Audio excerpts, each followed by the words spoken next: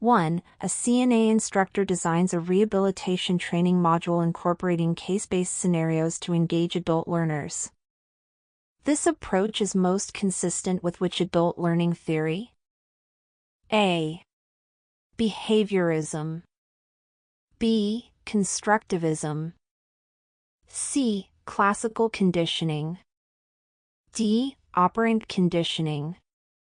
2. During a clinical rotation, a student CNA struggles to perform a wheelchair-to-bed transfer safely. What is the instructor's best immediate action? A. Document the failure and move on. B. Reassign the student to a different task.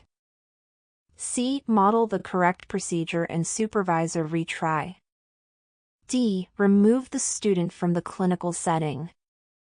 3. When developing a curriculum for CNA rehabilitation training, the most important first step is to A. Select textbooks. B. Identify instructional materials. C. Determine learning objectives. D. Schedule class times. 4. A student CNA frequently interrupts the instructor during a skills lab. According to adult learning principles, the instructor should A. Ignore the interruptions. B. Discourage the student from asking questions. C. Redirect the discussion and schedule one-on-one feedback. D. Ask the student to leave the class. 5. Which of the following is most appropriate when evaluating student performance in a hands-on rehabilitation skill? A. Written exam. B. Peer review. C. Observation with a standardized checklist. D. Group discussion. 6. A CNA instructor receives a complaint that a student is displaying unprofessional behavior during clinical rounds. What should the instructor do first? A. Confront the student publicly. B. Dismiss the student from training. C. Conduct a private meeting to discuss concerns. D. Ignore the complaint unless repeated. 7. Which teaching strategy best aligns with Knoll's assumptions about adult learners? A. Passive lecturing. B. Rote memorization. C. Problem-based learning. D. Punitive discipline. 8. What is a legally mandated responsibility of a CNA instructor in a state-approved rehabilitation program? A. Designing new facility policies. B. Reporting unprofessional student behavior to the Department of Health. C. Documenting student attendance and performance. D. Purchasing clinical supplies. 9.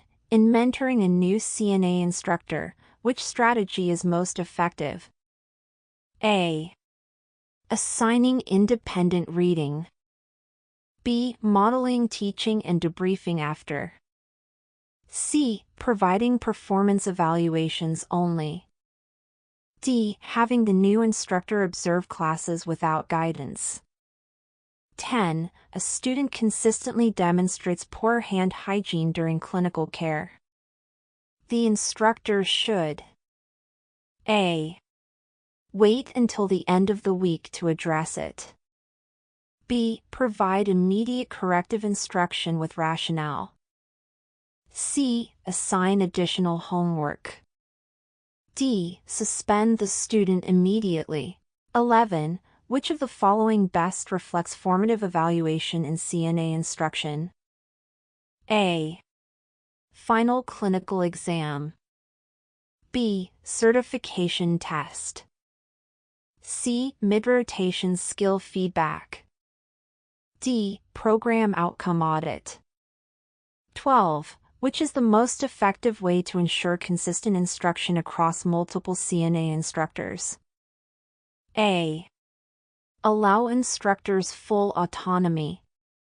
B. Schedule biweekly performance evaluations. C. Use a shared, standardized lesson plan. D. Rotate instructors every week. 13. Which communication technique promotes a positive learning environment during skill instruction? A. Direct criticism. B. Delayed feedback. C. Constructive, immediate feedback. D. Publicly identifying errors. 14. The Nurse Practice Act in most states requires CNA instructors to A. Have 10 years of experience. B. Hold a master's in nursing education. C. Be a registered nurse with specific teaching experience. D. Serve as a facility administrator. 15. During curriculum planning, the inclusion of measurable outcomes ensures A. A longer course duration. B. Subjective grading. C. Clear assessment standards. D. Reduced documentation. 16. What is the best method for a CNA instructor to evaluate critical thinking in rehabilitation care? A. Multiple choice exam. B. Simulation with clinical scenarios. C. Oral review of textbook content. D. Attendance record review. 17. In developing a clinical schedule, what should the instructor prioritize? A. Facility budget. B. Student preferences. C. Diverse patient care experiences. D. Instructor vacation time. 18. A new state regulation changes rehabilitation protocols. The CNA instructor must A. Ignore the change until the next course. B. Immediately integrate updates into the curriculum. C. Inform students but not alter teaching. D. Wait for facility approval. 19. During peer-to-peer skills practice, a student asks another to skip steps for speed. The instructor's role is to A. Let them proceed. B. Mark the student's time only. C. Intervene and emphasize correct, safe technique. D. Grade based on speed. 20. An instructor providing one-on-one feedback should focus on A. The student's personality. B. Past mistakes from other classes. C. Objective, behavior-based observations. D. Comparing the student to peers. 21. In a train-the-trainer program, instructors are expected to demonstrate A. Technical skills only. B. Lecture capabilities only. C. Teaching strategies and adult learning theory. D. Budget planning.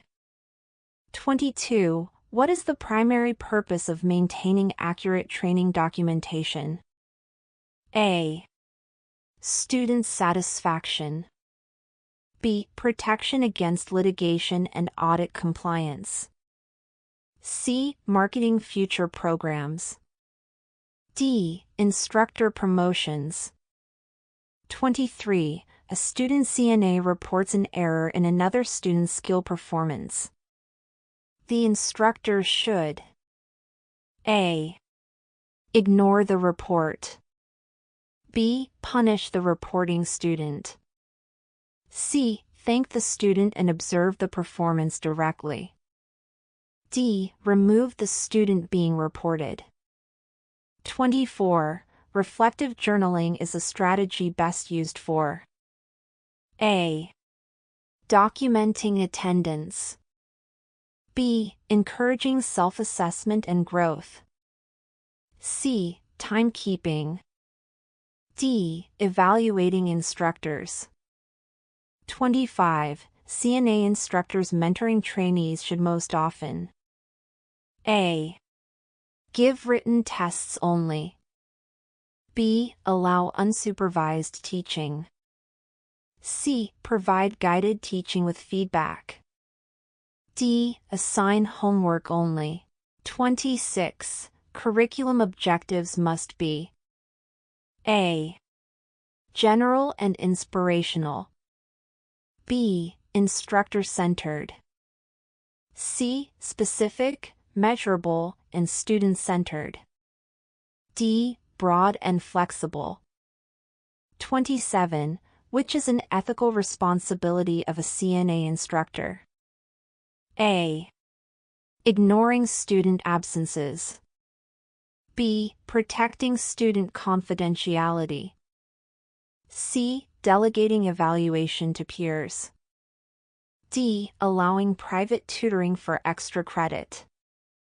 28. An effective method of clinical supervision includes A. Avoiding interruptions. B. Continuous direct observation and feedback. C. Letting students self-direct. D. Reviewing checklists only at week's end. 29. CNA instructors must report student injuries. A. Only to their supervisor. B. To the local health department immediately. C. According to institutional and regulatory protocol. D. At the end of the course. 30. During clinical evaluations, an instructor should prioritize A. The student's personality. B. Subjective impressions. C. Standardized rubrics and observations. D. Class rankings. 31. A major benefit of scenario-based instruction is that it A. Speeds up course completion. B. Emphasizes rote memory. C. Develops real-world decision-making. D. Requires fewer instructors. 32. When a student fails to meet objectives repeatedly, the instructor must A. Ignore the issue. B. Falsify records for compliance. C. Document progress and develop a remediation plan. D. Allow continued progression. 33. During a communication training session, the instructor notes a student avoids eye contact. The most appropriate response is to A. Accuse the student of disrespect. B. Address the behavior in front of peers. C. Speak with the student privately to explore concerns. D. Deduct points for communication. 34. What element is essential when planning curriculum for adult learners? A. Extended lecture hours. B. Passive learning methods. C. Relevance to real-world tasks. D. Minimal feedback. 35. A CNA instructor working in two facilities must ensure A. Personal scheduling preferences override policies. B. Each facility uses a unique curriculum. C. All curriculum is delivered in compliance with state requirements. D. Students handle documentation. 36. During a group debrief, the instructor's goal should be to A. Summarize all student errors. B. Criticize underperformers. C. Encourage self-reflection and feedback. D. End the session quickly. 37. According to adult learning theory, instructors should A. Assume learners are dependent. B. Incorporate learners' experiences. C. Avoid collaborative tasks. D. Limit learner input. 38. An instructor creates a skill assessment without consulting curriculum standards. What is the risk? A. Faster grading. B. Higher student satisfaction. C. Noncompliance with accreditation. D. More flexible teaching. 39. Which component is essential in a CNA rehabilitation course syllabus? A. Student employment guarantees. B. Facility advertising.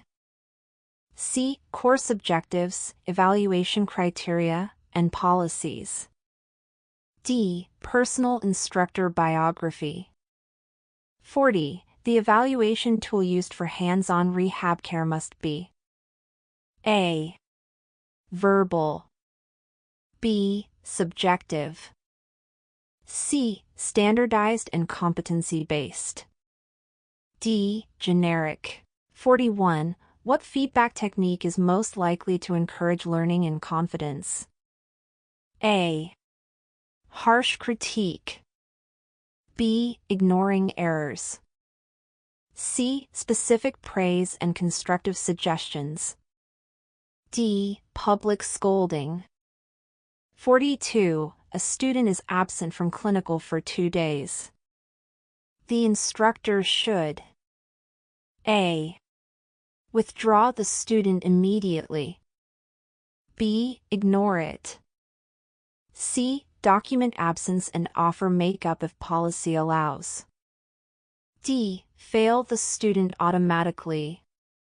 43. A well-designed evaluation tool should align with A. The instructor's preferences. B. Facility popularity. C. Course objectives and competencies. D. Peer feedback. 44. Mentoring a new CNA instructor includes A. Avoiding evaluation. B. Offering consistent feedback and support. C. Assigning all teaching to the mentee. D. Restricting autonomy permanently. 45. Documentation of training hours is critical for A. Instructor bonuses. B. Student employment. C. Regulatory audits and certification.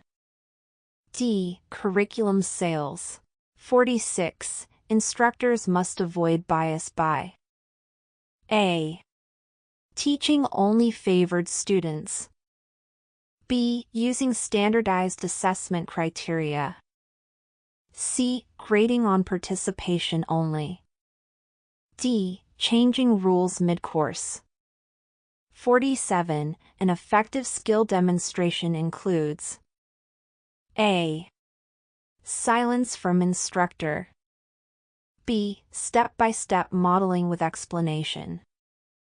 C. Written instructions only. D. Peer review. 48. Adult learners tend to respond best when A. Treated like children. B. Expected to memorize facts. C. Given autonomy and relevance. D. Denied feedback. 49. A CNA instructor wants to implement simulation training. The best first step is A. Ask students to lead.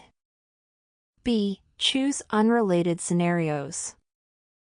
C. Identify learning outcomes and relevant cases. D. Eliminate lecture content.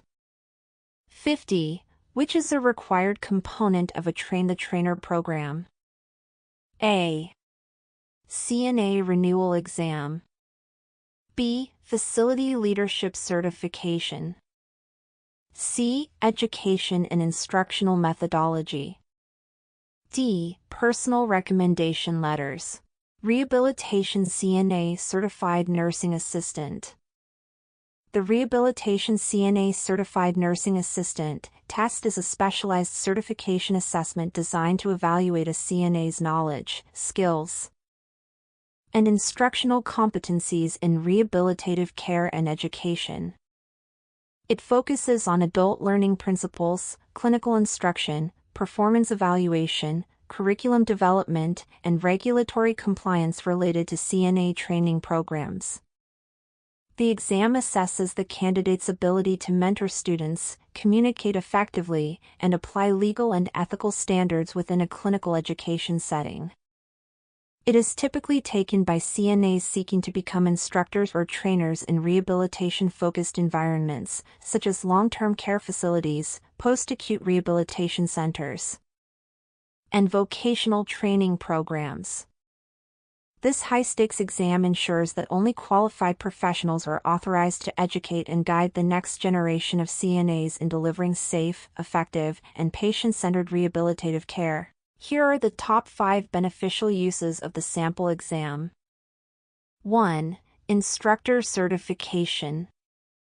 The Rehabilitation CNA test validates the qualifications of CNAs seeking to become certified instructors, ensuring they meet the educational and clinical standards required to train others.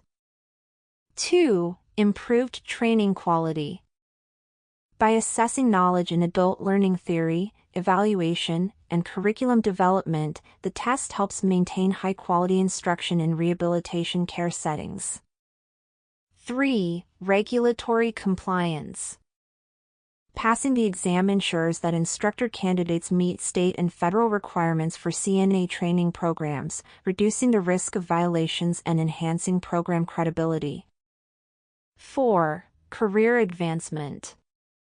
Certified rehabilitation CNA instructors often qualify for leadership roles, expanding their professional opportunities in healthcare education. 5. Enhanced patient outcomes. Well-trained instructors contribute to better prepared CNAs, which leads to safer and more effective rehabilitative care for